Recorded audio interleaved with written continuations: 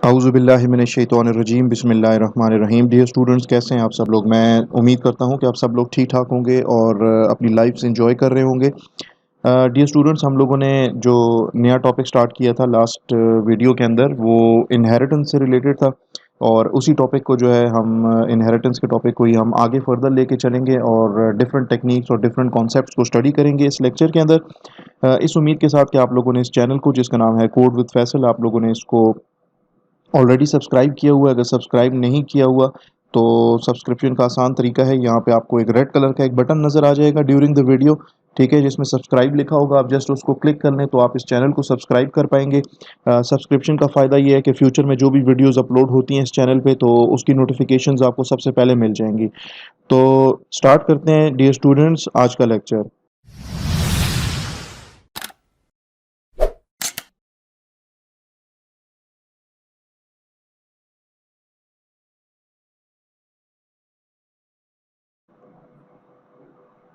Dear students, आज के lecture में हम सबसे पहले जो चीज़ स्टडी करेंगे वो कहलाती है जी dynamic method dispatch. Dynamic method dispatch में बेसिकली होता ये है कि हम लोगों ने जिस तरह लास्ट लेक्चर के अंदर मेथड ओवरराइडिंग भी डिस्कस किया था, हमने मेथड्स बनाए थे पेरेंट क्लास के अंदर और हमने उसको चाइल्ड क्लास के अंदर जो है ओवरराइड कर दिया था, यानी कि हमने उसको अपनी खुद की डेफिनेशन प्रोवाइड की थी। तो डायनामिक मेथड डिस्पैच एक ऐसा कॉन्सेप्ट है कि जिसके अंदर ना जो आपके ओवररिडन जो मेथड्स हैं क्लास के अंदर, उनका डिसीजन लिया जाएगा रन टाइम के ऊपर कि इसका कौन सा वर्जन चलना चाहिए। ठीक है, तो इससे पहले कि मैं आपको मज़ीद कंफ्यूज करूं, हम चलते हैं सीधा प्रोग्राम के ऊपर और वहां पे चल के जो है प्रैक्टिकली हम इस चीज़ को देखते हैं कि what do I mean by that. ठीक है, तो मैंने यहाँ पे जो है नेटबीन्स ओपन किया हुआ है। मैं फाइल मेन्यू पे जाऊंगा, न्यू प्रोजेक्ट पे जाऊंगा। जावा की एप्लीकेशन है, इसको मैं नेक्स्ट कर देता हूँ और यहाँ पे जो प्रोजेक्ट है इसका मैं नाम रख देता हूँ डायनेमिक मेथड डिस्पैच। और मुझे जो है मेन क्लास चाहिए। ठीक है, तो इसलिए यहाँ पे जो कुछ लिखा है इसको मैं रिमूव कर देता हूँ और इसकी जगह पे मैं अपनी मेन क्लास का जो नाम है वो दे देता हूँ टेस्ट क्लास, और इसको मैं फिनिश कर देता हूँ।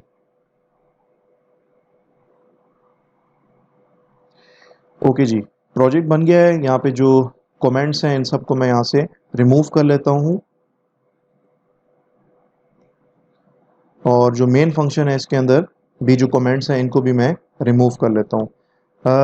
चलते हैं सबसे ऊपर और एक क्लास बना लेते हैं। ठीक है, लेट सपोज मेरी इस क्लास का नाम है जी ए। सिंपल सी एग्जांपल है जिससे हम ये समझने की कोशिश करेंगे इस कॉन्सेप्ट को। और इस क्लास के अंदर कुछ भी नहीं है, जस्ट एक कंस्ट्रक्टर है। ठीक है, public A,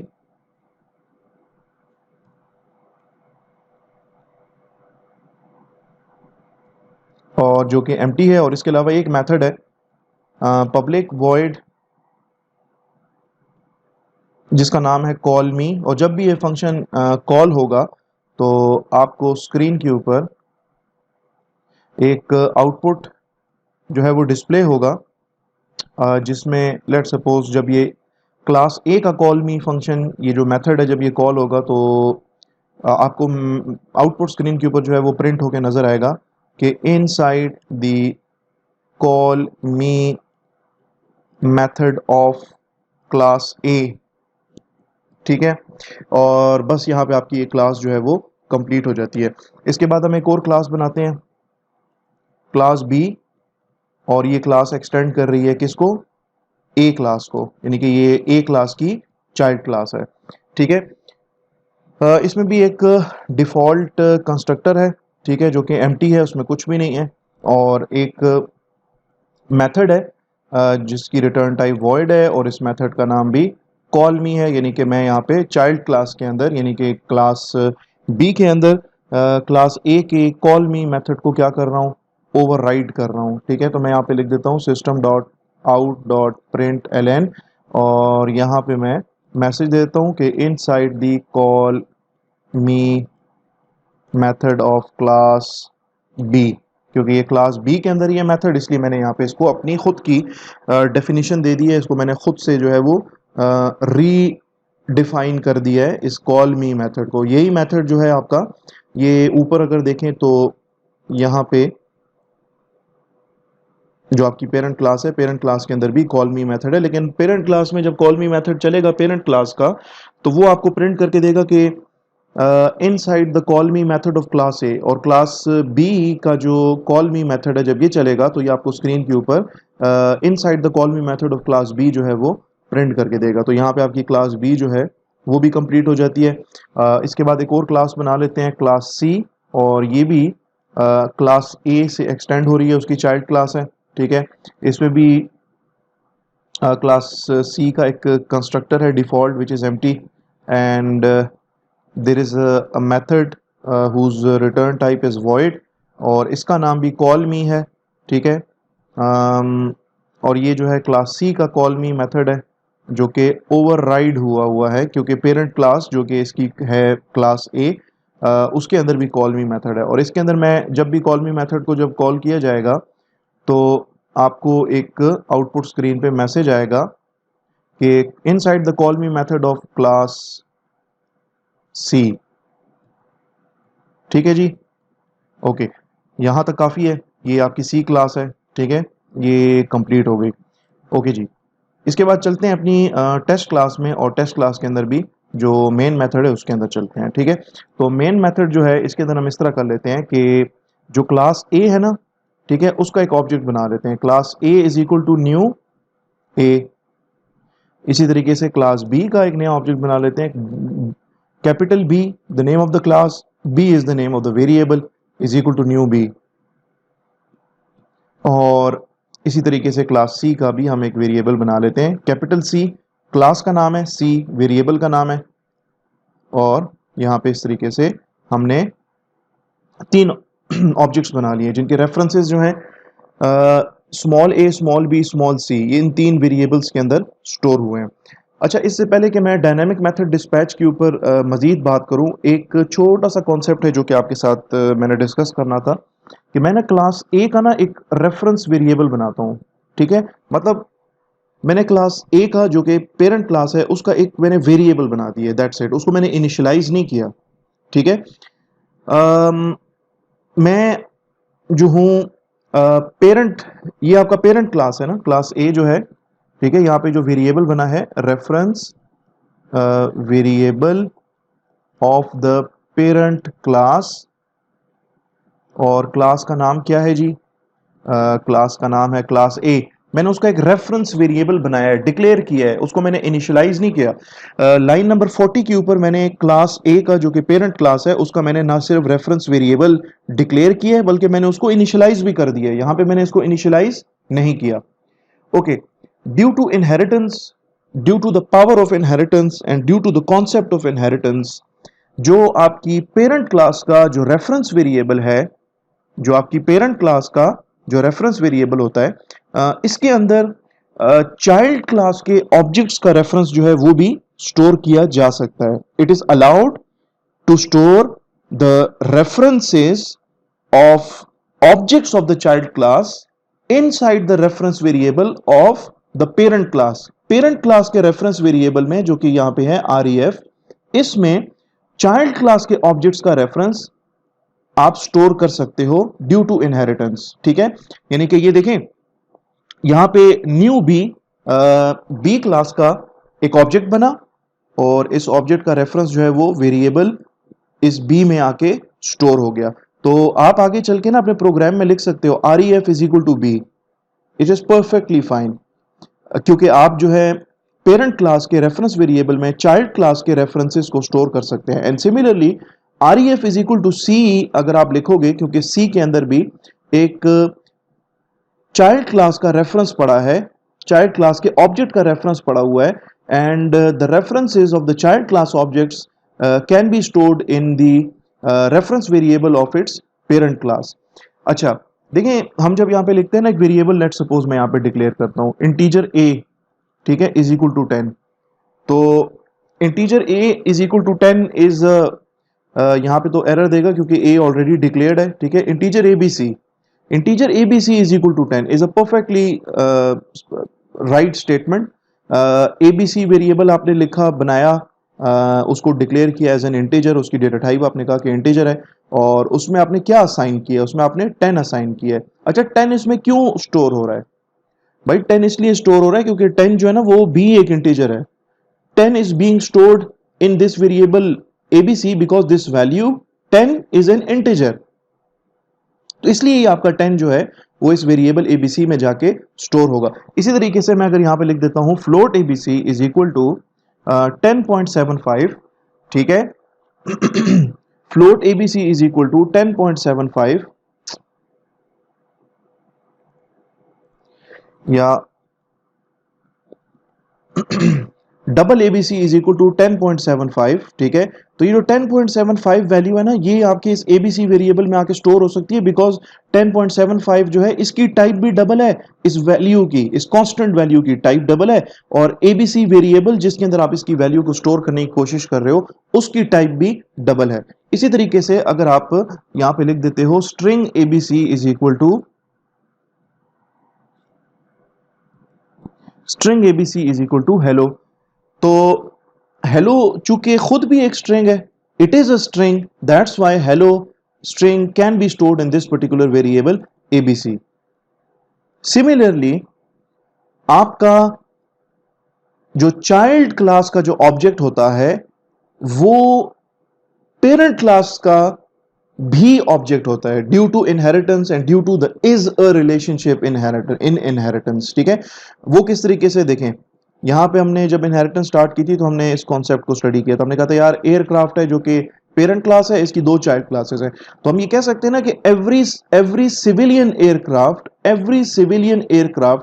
is an aircraft, every fighter aircraft is an aircraft, every single aeroplane या every single object of this particular class Airbus is a civilian aircraft, every object of the Boeing class, ठीक है, is also an object of the civilian class, ठीक है, because due to is a relationship। इसी तरीके से every object of the Mirage class is a fighter aeroplane या fighter aircraft, but so that's why every object of the Mirage class is also an object of the fighter aircraft class, ठीक है। और हर object, fighter aircraft का हर object वो आपके aircraft class का भी object होगा, ठीक है।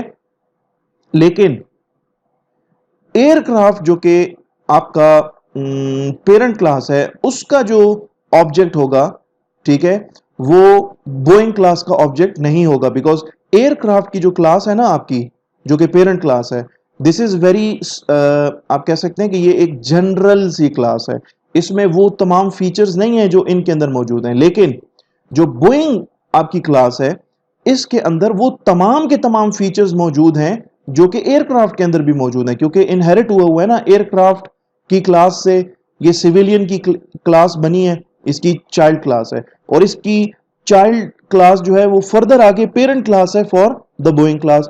तो हर वो चीजें, हर वो प्रॉपर्टीज, बिहेवियर्स, ठीक है, आपके क्लास के डेटा मेंबर्स, क्लास के मेंबर फंक्शंस जो कि एयरक्राफ्ट क्लास के अंदर मौजूद हैं, वो सारे के सारे इसमें भी मौजूद हैं, लेकिन इसमें कुछ एक्स्ट्रा भी हैं, ठीक है।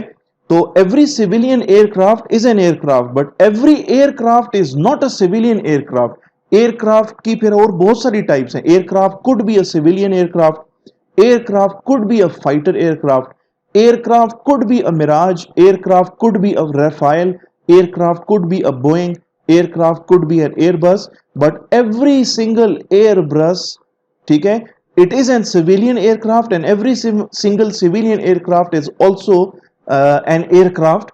तो इसीलिए हम ये कह सकते हैं कि every single Airbus aircraft is also an aircraft, इस क्लास से भी उसका ऑब्जेक्ट जो है वो बिलोंग करता है। तो due to the is a relationship, मैं अगर एयरक्राफ्ट क्लास का कोई रेफरेंस वेरिएबल बना दूं तो उसकी जो भी चाइल्ड क्लास है, फाइटर है, सिविलियन है, बोइंग है, एयरबस है, तो इनके चाइल्ड क्लास के जो ऑब्जेक्ट्स होंगे उनका रेफरेंस जो है मैं पेरेंट क्लास के रेफरेंस वेरिएबल के अंदर स्टोर कर सकता हूं, क्योंकि इनकी टाइप सेम है। सिविलियन जो आपकी क्लास है इसका जो ऑब्जेक्ट होगा इसकी टाइप, और एयरक्राफ्ट जो आपका जो क्लास है इसका जो रेफरेंस वेरिएबल है दोनों की टाइप सेम है, ठीक है, but the other way round is not the same. यानी कि आप ये नहीं कर सकते कि सिविलियन एयरक्राफ्ट का आपने रेफरेंस वेरिएबल बनाया और एयरक्राफ्ट क्लास का जो ऑब्जेक्ट है उसका रेफरेंस आपने चाइल्ड क्लास के रेफरेंस वेरिएबल के अंदर डाल दिया। This is wrong, this is incompatible, this is not allowed.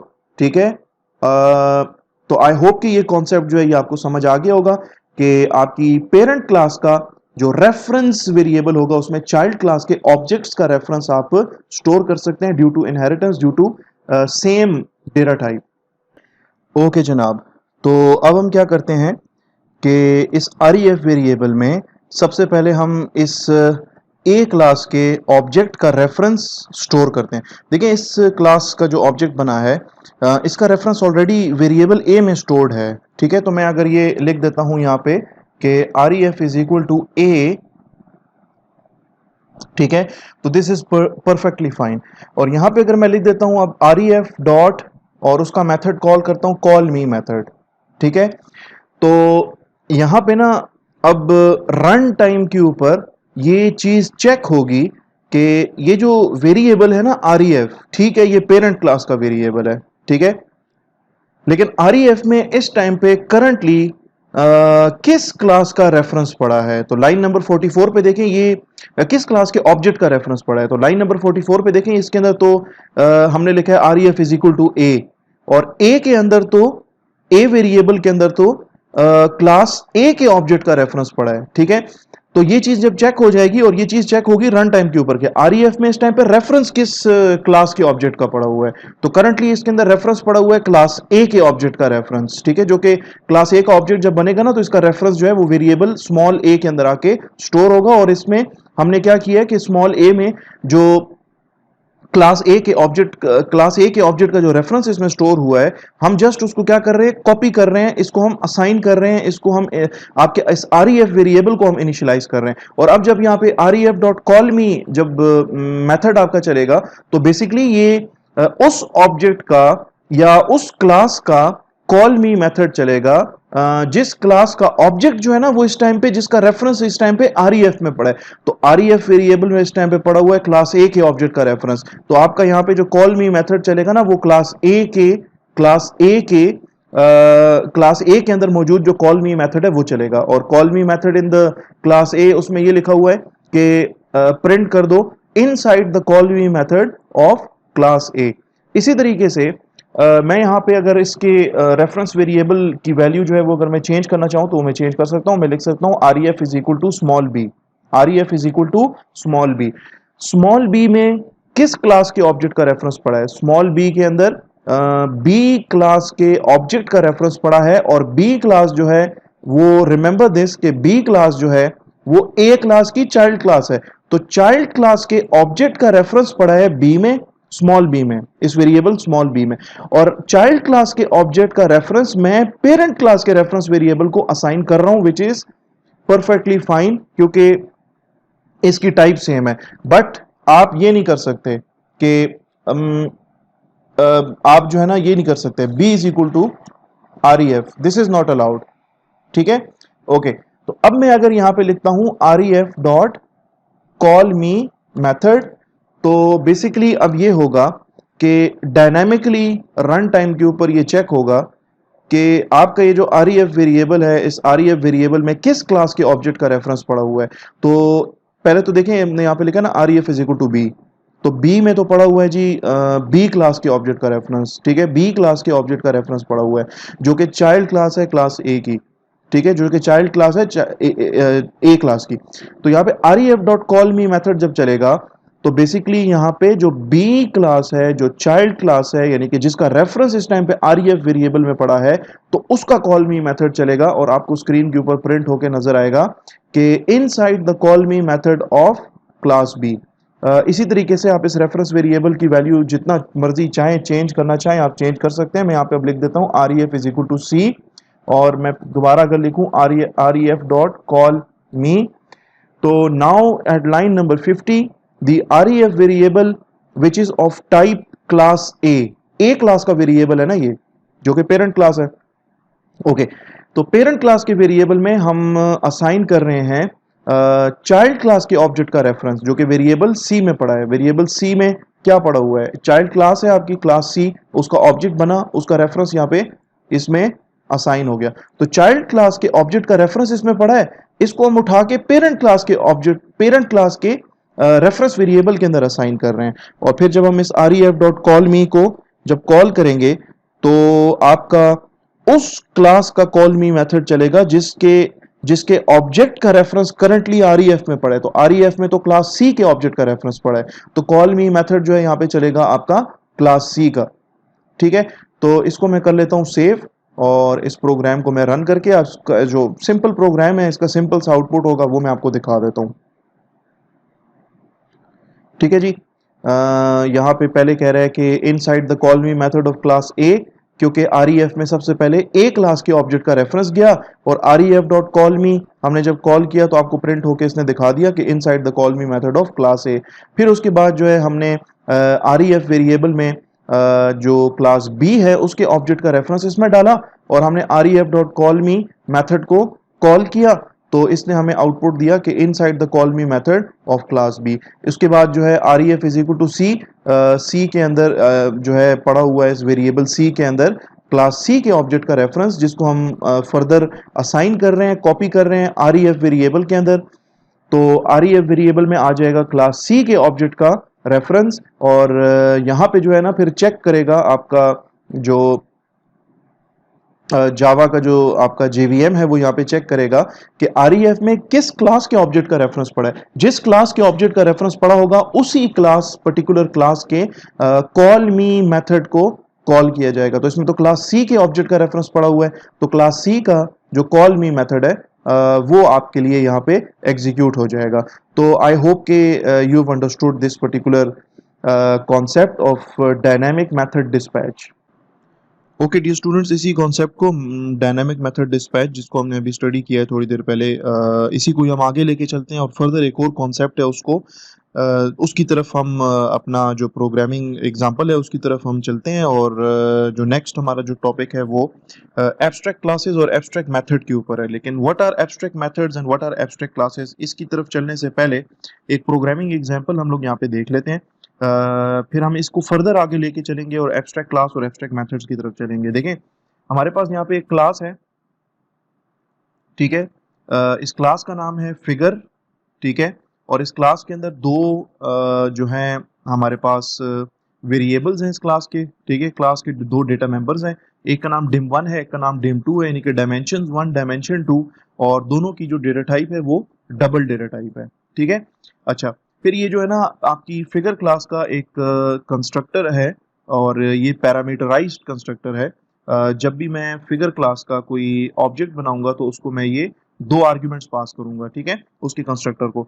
तो जो पहला आर्ग्यूमेंट होगा वो वेरिएबल ए में आके स्टोर होगा और वेरिएबल ए की वैल्यू जो है वो क्लास के वेरिएबल dim1 में जो कि यहाँ पे डिक्लेयर्ड है लाइन नंबर 2 के ऊपर, इसमें आके स्टोर हो जाएगा। और जो दूसरा आर्ग्यूमेंट जो मैं दूंगा इस कंस्ट्रक्टर को, ठीक है, फिगर क्लास के, तो वो इस वेरिएबल बी में आके स्टोर होगा और वेरिएबल बी की वैल्यू जो है वो dim2 वेरिएबल में आके स्टोर हो जाएगी। इसके बाद ये आपका जो है कंस्ट्रक्टर यहाँ पे कंप्लीट हो जाता है। फिर यहाँ पे एक मेथड है, पब्लिक है वो मेथड, उसकी रिटर्न टाइप है डबल और उस मेथड का नाम है जी एरिया, ठीक है। और ये जो है ये बेसिकली एरिया जो मेथड है ये हमें एरिया कैलकुलेट करके देगा इस फिगर का, ठीक है, जिसकी डायमेंशंस dim1 dim2। अब यहाँ पे जो फिगर की क्लास है वो एक बहुत ही एक जनरल सी क्लास है। जो पेरेंट क्लासेस होती है ना they are always very general, ठीक है। तो यहाँ पे इसके जो एरिया नाम का ये जो मेथड है, ठीक है, इसके अंदर हमने एक मैसेज दिया यूजर को कि जब भी एरिया मेथड कॉल होगा और इस फिगर क्लास का जब एरिया मेथड कॉल होगा तो आपको एक मैसेज मिलेगा कि area for the figure is undefined, कि भाई हमें नहीं पता ये किस किस्म की फिगर है, is it a rectangle, is it a triangle, is it a square, is it a cube, whatever, ठीक है। तो लिहाजा मैं इसका जो एरिया है वो कैलकुलेट नहीं कर सकता और ये आपको क्या रिटर्न कर रहा है, ये आपको 0 रिटर्न कर रहा है। तो ये एरिया का मेथड है, ठीक है। और area of a general figure can not be calculated, क्योंकि जनरल फिगर जो है वो स्पेसिफिक नहीं होती है, हमें उसके बारे में कोई खास आइडिया नहीं है इस फिगर क्लास के बारे में और इसके ऑब्जेक्ट के बारे में। बहरहाल यहाँ पे आपकी क्लास जो है वो कंप्लीट हो जाती है। उसके बाद आती है आपकी नेक्स्ट क्लास जो कि रेक्टेंगल की क्लास है, जो कि एक स्पेशल क्लास है, जो कि एक स्पेसिफिक क्लास है, ठीक है। और ये जो है ये एक्सटेंड कर रही है फिगर क्लास को, यानी कि ये फिगर क्लास की चाइल्ड क्लास है। अब इसमें जो है रेक्टेंगल क्लास का मैंने एक पैरामीटराइज कंस्ट्रक्टर बनाया है, और इसके पैरामीटराइज कंस्ट्रक्टर के अंदर हमने कॉल भेजी है to the parameterize constructor of the figure class, to the parameterize constructor of its parent class, ठीक है। Call to the parameterized constructor of the parent class of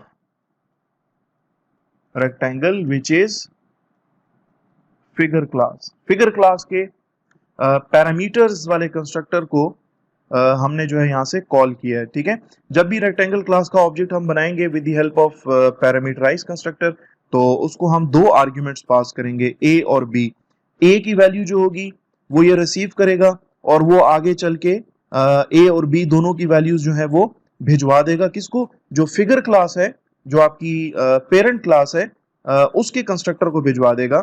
और जो पेरेंट क्लास का जो कंस्ट्रक्टर है, इससे आपने ये ए और बी की वैल्यू भिजवाई, ये ए की वैल्यू उठा के इस वेरिएबल ए में रख देगा और ए की वैल्यू को फिर क्या करेगा, div1 जो कि इसका डेटा मेंबर है उसके अंदर ये वैल्यू असाइन कर देगा। और इसी तरीके से सिमिलरली चाइल्ड क्लास का पैरामीटराइज कंस्ट्रक्टर जो है वो आपके इस पेरेंट क्लास के कंस्ट्रक्टर को, पैरामीटराइज कंस्ट्रक्टर को जो दूसरी वैल्यू भिजवा रहा है बी, वो इसमें आके स्टोर होगी पैरामीटराइज कंस्ट्रक्टर के अंदर, ये जो वेरिएबल बी है ऑफ द पेरेंट क्लास। और ये बी की वैल्यू जो है ये पेरेंट क्लास के वेरिएबल डेटा मेंबर div2 के अंदर भी ये वैल्यू जो है वो क्या हो जाएगी, असाइन हो जाएगी। अब यहाँ पे ये जो div1 और div2 वेरिएबल्स हैं ये डिक्लेयर तो आपके इस फिगर क्लास के अंदर हुए हुए हैं ना, ठीक है, लेकिन ये आपके रेक्टेंगल क्लास को भी अवेलेबल है, रेक्टेंगल क्लास को भी ये इनहेरिट हुए हुए हैं। तो जब ये रेक्टेंगल क्लास का पैरामीटराइज कंस्ट्रक्टर जब चल जाएगा तो div1 और div2 वेरिएबल्स को जो है ना वो वैल्यूज मिल जाएंगी, ठीक है।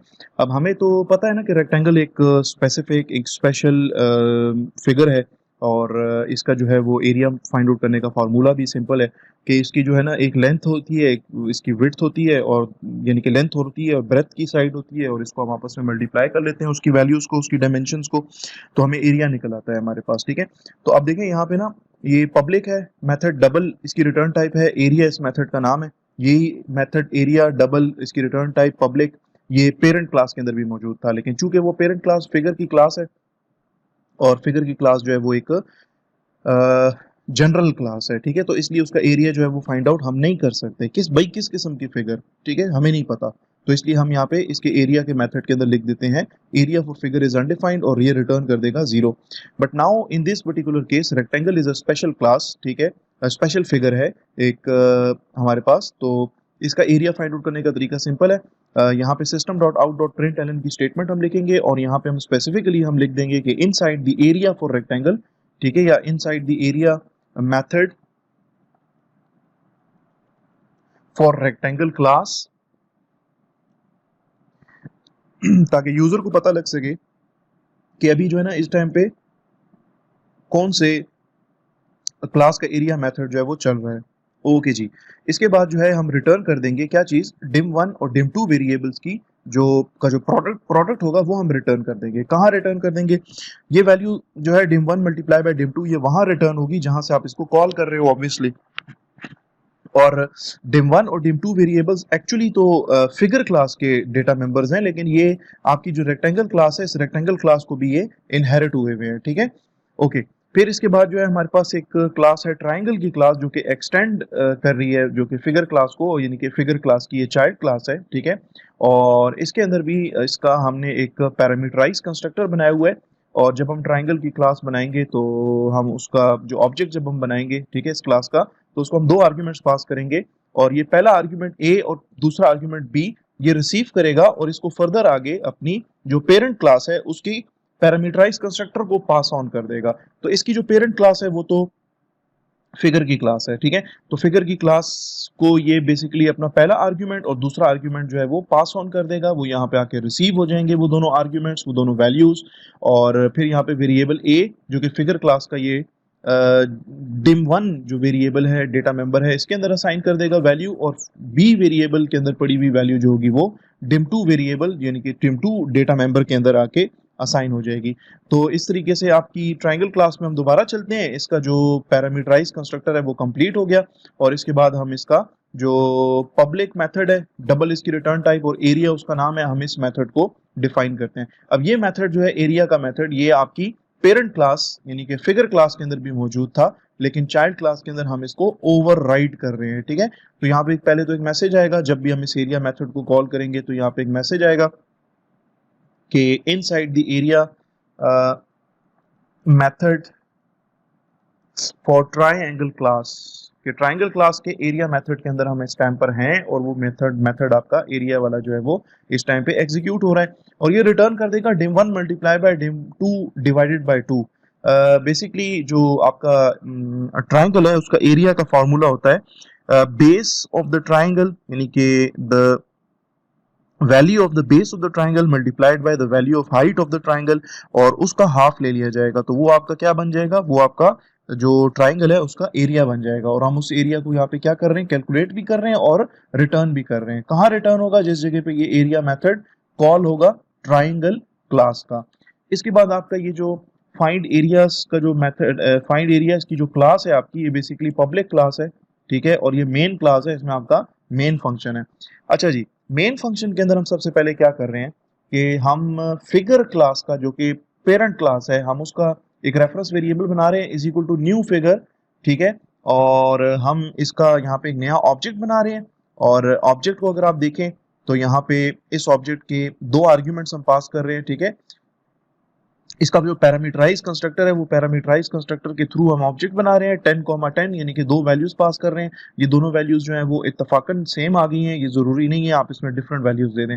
तो यहाँ पे क्या होगा, फिगर क्लास का जो पैरामीटराइज कंस्ट्रक्टर है वो चलना शुरू हो जाएगा। ठीक है, ये जो पहली वैल्यू 10 है वो वेरिएबल ए में आ जाएगी, और ए की वैल्यू जो है वो dim1 जो आपका डेटा मेंबर है उसमें चली जाएगी। जो दूसरी वैल्यू है 10 वो इस वेरिएबल बी में आ जाएगी, और वेरिएबल बी की वैल्यू जो है वो आपके फिगर क्लास के dim2 डेटा मेंबर के अंदर असाइन हो जाएगी। ओके जी, दोबारा चलते हैं मेन मेथड के अंदर। अब यहाँ पे ना आपने रेक्टेंगल क्लास का भी एक ऑब्जेक्ट बनाया है। ठीक है, रेक्टेंगल क्लास का आपने पैरामीटराइज कंस्ट्रक्टर कॉल किया है, और इसका जो इसके अंदर आपने दो वैल्यूज पास किए हैं 9 और 5। तो आपके रेक्टेंगल क्लास का पैरामीटराइज कंस्ट्रक्टर चलना शुरू हो जाएगा। तो 9 और 5 आपने यहाँ से पास किए, चलते हैं जी डायरेक्ट रेक्टेंगल क्लास के पैरामीटराइज कंस्ट्रक्टर के अंदर।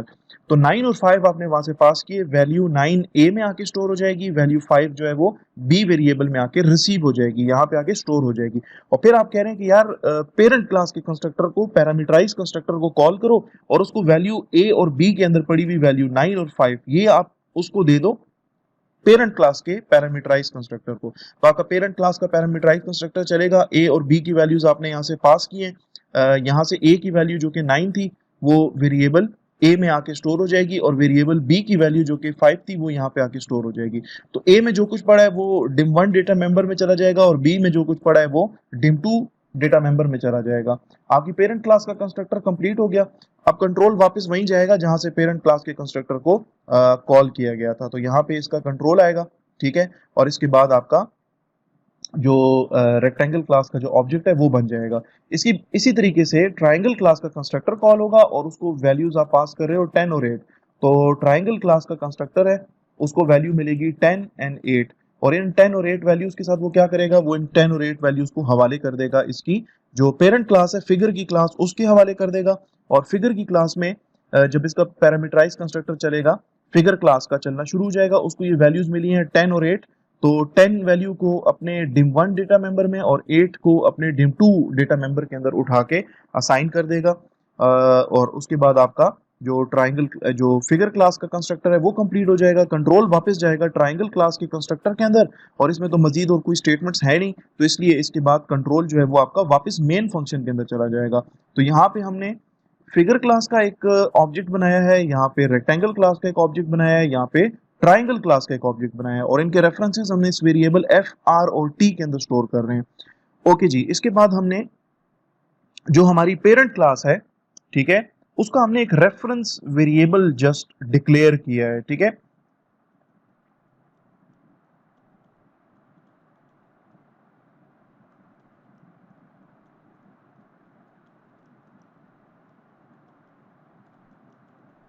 डिक्लेयर द रेफरेंस वेरिएबल, ठीक है, ऑफ पेरेंट क्लास, और उस पेरेंट क्लास का नाम क्या है, फिगर क्लास, ठीक है, वो हमने यहाँ पे उसका एक रेफरेंस वेरिएबल हमने डिक्लेयर किया है, ठीक है। अच्छा, अब बिल्कुल इससे पहले जो हमने एक एग्जांपल पढ़ी थी जिसमें हमने तीन क्लासेस बनाई थी, ए बी और सी। क्लास ए जो थी वो पेरेंट क्लास थी, क्लास बी और सी दोनों की दोनों आपकी ए क्लास की चाइल्ड क्लास थी। तो हमने उसके इसके अंदर भी क्लास ए का एक रेफरेंस वेरिएबल हमने जस्ट डिक्लेयर किया था जिसका नाम गालिबन रेफ था, और हम उस रेफ वेरिएबल के अंदर असाइन कर सकते थे references, ठीक है, of the objects of its child class, not even its child class but अपनी क्लास के ऑब्जेक्ट्स का भी रेफरेंस जो है वो आप इस रेफरेंस वेरिएबल के अंदर जो है वो स्टोर कर सकते हैं। अपनी क्लास का मतलब कि फिगर क्लास का जो रेफरेंस वेरिएबल्स हैं वो भी आप इसके अंदर स्टोर कर सकते हैं। तो यहाँ पे fig ref is equal to R, line number 43 में fig ref is equal to R. अब आर क्या चीज है, आर तो रेक्टेंगल क्लास का वेरिएबल है जिसमें रेक्टेंगल क्लास के एक ऑब्जेक्ट का रेफरेंस पड़ा है, यानी कि रेक्टेंगल क्लास जो है वो फिगर क्लास की चाइल्ड क्लास है और चाइल्ड क्लास का ऑब्जेक्ट का रेफरेंस इसमें पड़ा है, ठीक है, वेरिएबल आर में। तो यहाँ पे चाइल्ड क्लास के ऑब्जेक्ट का रेफरेंस आप कॉपी कर रहे हो, असाइन कर रहे हो पेरेंट क्लास के रेफरेंस वेरिएबल को, which is allowed in Java due to inheritance. Inheritance की वजह से ये अलाउड है, वरना दिस इज नॉट पॉसिबल, ठीक है। तो अब जब ये आपकी स्टेटमेंट चलेगी ना लाइन नंबर 43, तो इसके बाद क्या होगा कि फिग रेफ वेरिएबल के अंदर ये जो आपने ऑब्जेक्ट बनाया ना रेक्टेंगल क्लास का, इसका जो रेफरेंस आर में स्टोर हुआ है यही रेफरेंस इस वेरिएबल में फिग रेफ में आके स्टोर हो जाएगा, ठीक है। और इसके बाद जब यहाँ पे ये स्टेटमेंट चलेगी system dot out dot print an area is, और यहाँ पे कॉन्कैटिनेशन का ऑपरेटर है और यहाँ पे हमने लिखा है फिग रेफ, ठीक है। फिग रेफ जो है वो आपकी फिगर क्लास का रेफरेंस वेरिएबल है, फिग रेफ डॉट एरिया। तो सवाल ये पैदा होता है कि भाई इधर तो तीन क्लासेस हैं और तीन क्लासेस के अंदर एरिया के तीन डिफरेंट मेथड्स हैं, ठीक है। आपकी जो फिगर की क्लास है इसके अंदर भी एरिया का मेथड है, आपकी रेक्टेंगल की क्लास जो कि चाइल्ड क्लास है इसके अंदर भी एरिया का मेथड है, आपकी ट्राइंगल की क्लास इसके अंदर भी एरिया का मेथड है। तो कौन सा एरिया का मेथड चलेगा, सिंपल है, यहाँ पे वो या उस क्लास के उस क्लास का एरिया मेथड चलेगा जिस क्लास के ऑब्जेक्ट का रेफरेंस फिग रेफ वेरिएबल में। तो फिग रेफ वेरिएबल के अंदर तो आर को हमने कॉपी करवाया था, और आर क्या चीज है, आर आपका रेक्टेंगल क्लास के ऑब्जेक्ट का रेफरेंस उसने अपने पास स्टोर किया है। तो चूंकि यहाँ पे फिग रेफ के अंदर रेक्टेंगल क्लास के ऑब्जेक्ट का रेफरेंस है, लिहाजा यहाँ पे जो एरिया मेथड चलेगा वो रेक्टेंगल क्लास का चलेगा। तो रेक्टेंगल क्लास के अंदर चलते हैं और देखते हैं कि उसके एरिया मेथड के अंदर क्या लिखा है। उसके एरिया मेथड में लिखा है जी कि पहले तो प्रिंट करें स्क्रीन के ऊपर कि inside the area method for rectangle class, और फिर रिटर्न कर दें div1 और div2 का प्रोडक्ट, ठीक है। जब रेक्टेंगल हमने बनाया था तो उसकी डायमेंशंस हमने क्या दी थी, 9 और 5, तो ये आपको 45 रिटर्न करके देगा।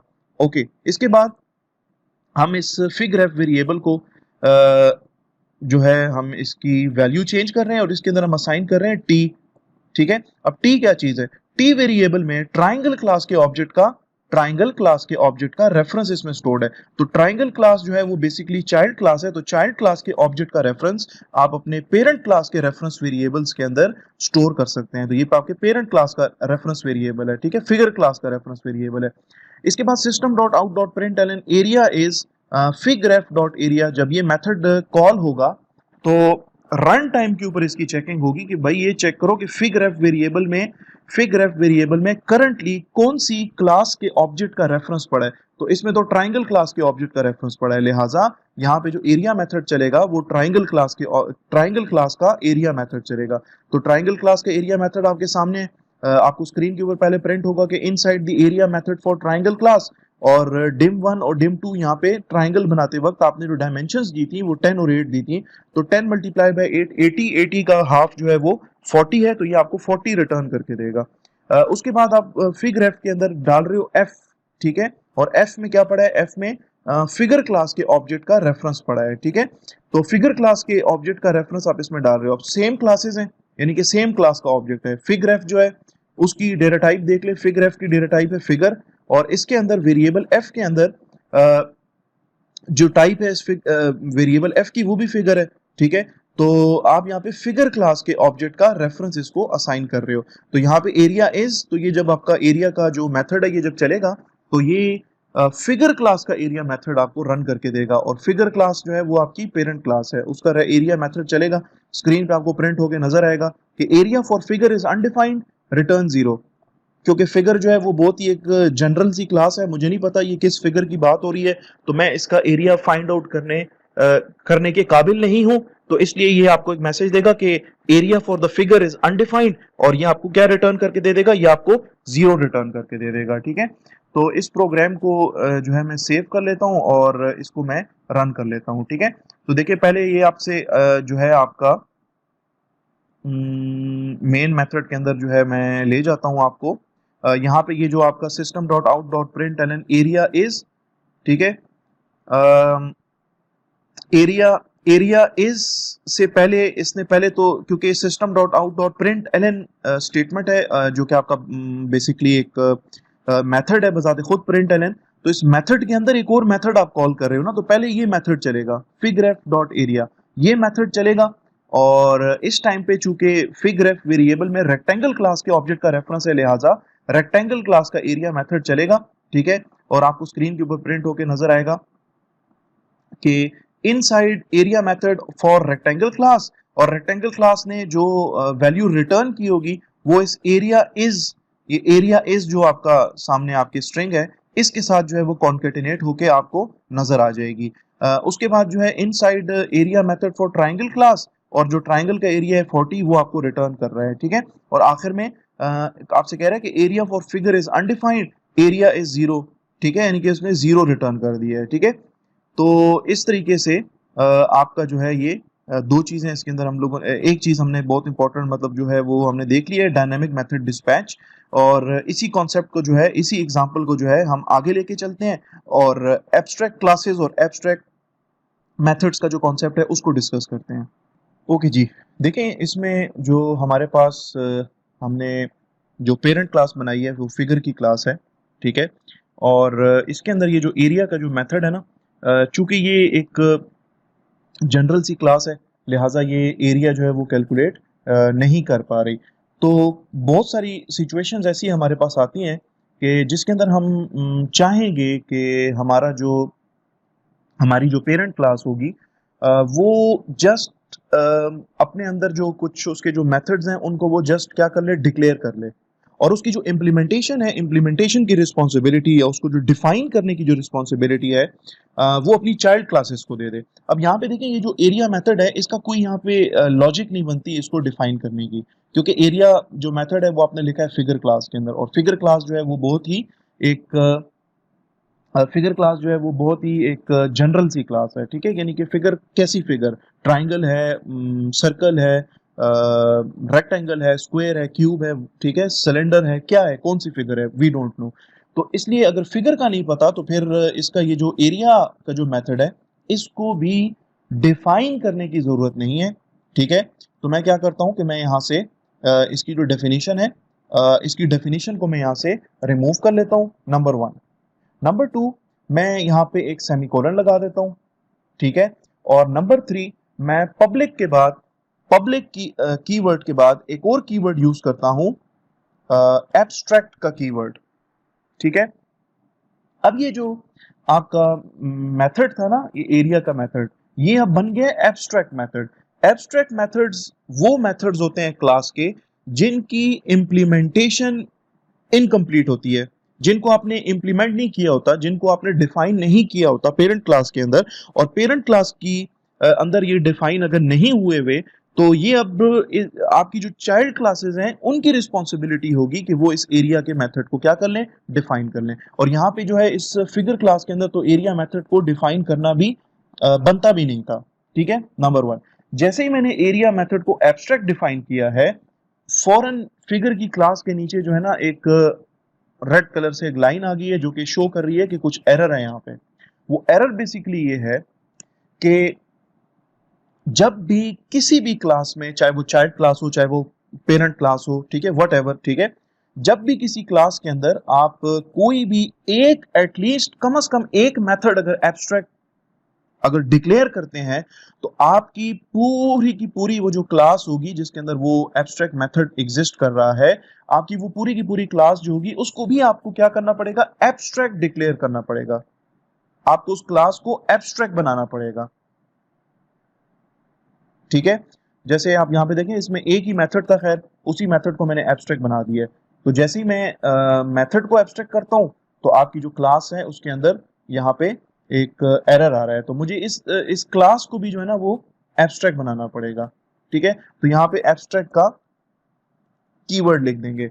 तो अब आपकी क्लास जो है वो भी क्या है, वो भी एब्स्ट्रैक्ट क्लास है। एब्स्ट्रैक्ट क्लास बेसिकली एक ऐसी क्लास होती है which is incomplete, incomplete in a sense कि उसके अंदर एक मेथड, एटलीस्ट एक मेथड वो एब्स्ट्रैक्ट होगा, वो यानी कि इनकम्प्लीट होगा, और उसको कंप्लीट करने की रिस्पॉन्सिबिलिटी जो होगी वो उसकी चाइल्ड क्लासेस के हवाले होगी। ठीक है, यानी कि चाइल्ड क्लासेस जो है ना वो पेरेंट क्लास के एब्स्ट्रैक्ट मेथड या एब्स्ट्रैक्ट मेथड्स को कंप्लीट करने की उसकी रिस्पॉन्सिबिलिटी है। अगर चाइल्ड क्लास जो है, जैसे फॉर एग्जांपल ये रेक्टेंगल की क्लास है, ये जो है ना इस एरिया मेथड को मैं यहाँ पे कमेंट आउट कर देता हूँ, मींस कि ये एरिया मेथड जो है ना एग्जिस्ट ही नहीं करता फॉर एग्जांपल। ठीक है, तो यहाँ पे अब रेक्टेंगल की क्लास जो है जो कि चाइल्ड क्लास है, इसके अंदर एरर आना शुरू हो जाएगा। वो इसलिए कि देखिए रेक्टेंगल की जो क्लास है जो कि चाइल्ड क्लास है आपकी इस फिगर क्लास की, इसकी रिस्पॉन्सिबिलिटी है कि वो इसकी फिगर क्लास के तमाम एब्स्ट्रैक्ट मेथड्स को डिफाइन कर ले। लेकिन यहाँ पे तो एब्स्ट्रैक्ट मेथड जो एरिया है आपकी फिगर क्लास का, ठीक है, वो तो यहाँ पे डिफाइंड ही नहीं है।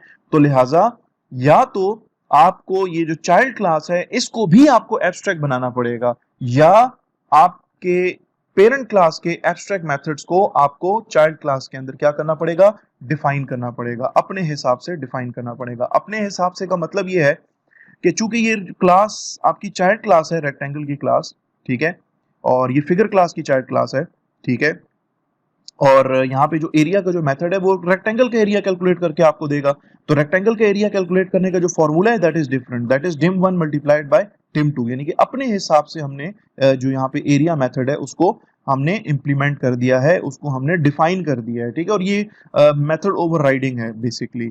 ओके, तो यहाँ पे ये अब एक और चीज के आपका जो फिगर की जो क्लास है जो कि अब एब्स्ट्रैक्ट बन गई है, एब्स्ट्रैक्ट क्लास का कोई ऑब्जेक्ट नहीं बन सकता। You can not instantiate an abstract class, abstract class का ऑब्जेक्ट नहीं बन सकता, लेकिन एब्स्ट्रैक्ट क्लास का रेफरेंस वेरिएबल जरूर बन सकता है। ठीक है, अब मैं चलता हूं, आपको एक एरर नीचे लाजमी आया वो होगा मेन मेथड के अंदर, वो भी आपको दिखा देता हूं। ठीक है, यहाँ पे देखें लाइन नंबर 39 के ऊपर मैंने लिखा है यार figure f is equal to new figure 10,10, तो यहाँ पे एक एरर आ गया है। ठीक है, वो एरर इस वजह से आ रहा है कि फिगर की जो क्लास है ना वो एब्स्ट्रैक्ट है। ठीक है, उसके ऊपर आप अगर आप देख लें टूल टिप टेक्स्ट के अंदर एक आपका एक तरह से एक हिंट भी शो हो रहा है कि यार ये एरर किस वजह से आ रहा है। उसमें लिखा है कि फिगर इज एब्स्ट्रैक्ट, यानी कि फिगर की जो क्लास है वो एब्स्ट्रैक्ट है, इट कैन नॉट बी इंस्टांशिएटेड, इसको आप इंस्टांशिएट नहीं कर सकते, इसका आप ऑब्जेक्ट नहीं बना सकते। तो आपको मजबूरन ये जो स्टेटमेंट है ये आपको हटानी पड़ेगी। लेकिन जो एब्स्ट्रैक्ट क्लास है, ठीक है, जो एब्स्ट्रैक्ट क्लास है उसका रेफरेंस वेरिएबल आप बना सकते हो और उसको आप उसी तरीके से यूज कर सकते हो जिस तरीके से अभी हम थोड़ी देर पहले यूज कर रहे थे। यहाँ पे चूंकि ये वेरिएबल f जो है अब तो एग्जिस्ट नहीं करता, पहले तो यहाँ पे एग्जिस्ट कर रहा था, तो इसलिए मैं इन दोनों लाइंस को भी जो है वो क्या कर लूंगा, कमेंट आउट कर दूंगा। ठीक है जी, तो अब अगर मैं इसको रन कर लेता हूं तो इसका बेसिकली मोर और लेस आउटपुट तकरीबन वही है।